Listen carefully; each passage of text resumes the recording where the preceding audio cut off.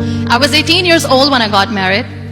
I belonged to a very conservative family, a Baloch family, where good daughters never say no to their parents. My father wanted me to get married, and all I said was, if that makes you happy, I'll say yes. And of course, it was never a happy marriage.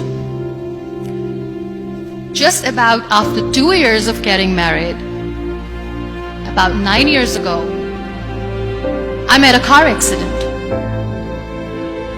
Somehow my husband fell asleep and the car fell in the ditch. He managed to jump out, saved himself. I'm happy for him. But I stayed inside the car and I sustained a lot of injuries. The list is a bit long. Don't get scared. I'm perfectly fine now. Radius ulna of my right arm were fractured. The wrist was fractured. Shoulder bone and collarbone were fractured. My whole rib cage got fractured. And because of the rib cage injury, lungs and liver were badly injured.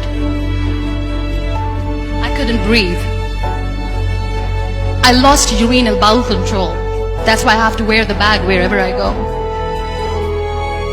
But that injury that changed me and my life completely as a person and my perception towards living my life was the spine injury.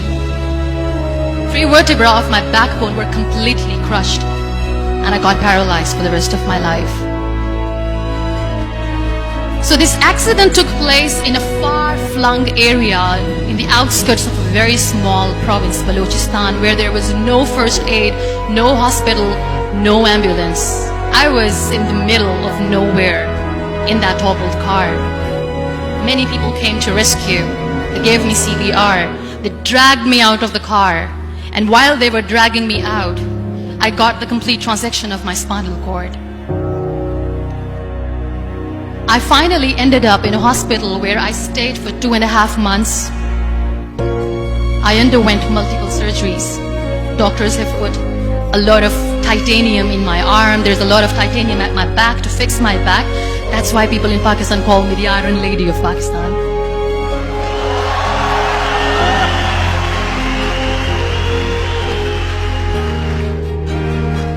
Those 2.5 months in the hospital were dreadful.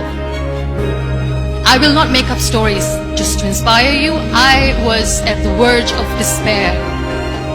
One day, doctor came to me and he said, well, I heard that you wanted to be an artist, but you ended up being a housewife. I have a bad news for you. You won't be able to paint again because your wrist and your arm are so deformed, you won't be able to hold a pen again. And I stayed quiet. Next day, doctor came to me and said, your spine injury is so bad, you won't be able to walk again. I took a deep breath and I said, it's all right. The very next day, doctor came to me and said, because of your spine injury and the fixation that you have in your back, you won't be able to give birth to a child again.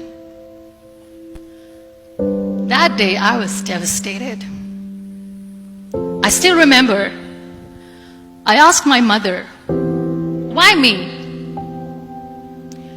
And that is where I started to question my existence. Why am I even alive? What's the point of living? I cannot walk, I cannot paint, fine, I cannot be a mother. And we have this thing in our heads, being women, that we are incomplete without having children. I am going to be an incomplete woman for the rest of my life. What's the point? So my mother said to me, this too shall pass. God has a greater plan for you. I don't know what it is, but He surely has.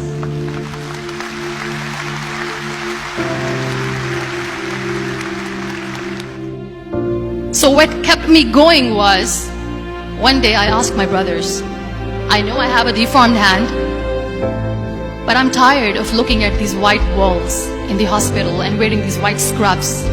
I'm getting tired of this. I want to add more colors to my life. I want to do something. Bring me some colors. Bring me some small canvas. I want to paint. So the very first painting I made was on my deathbed, where I painted for the very first time. There were a lot of infections in my body, a lot of allergies. So doctors wanted me to lie down on the bed straight for not 6 months, for not 1 year, for 2 years.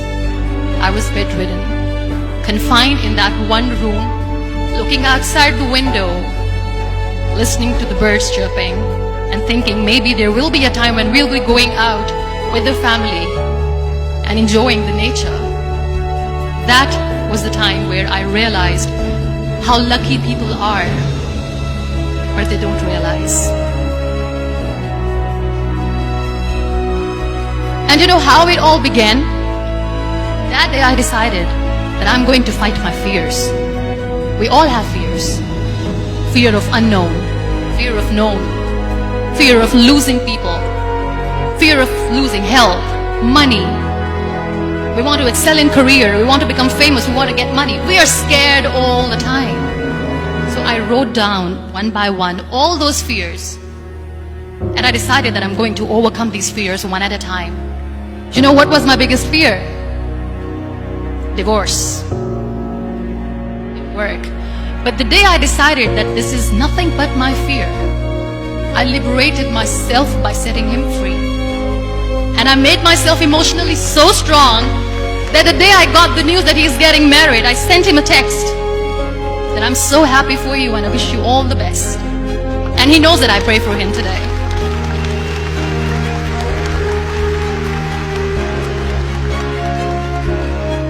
My biggest fear, number 2, was I won't be able to be a mother again. And that was quite devastating for me. But then I realized there are so many children in the world, all they want is acceptance. So there is no point of crying, just go and adopt one. And that's what I did.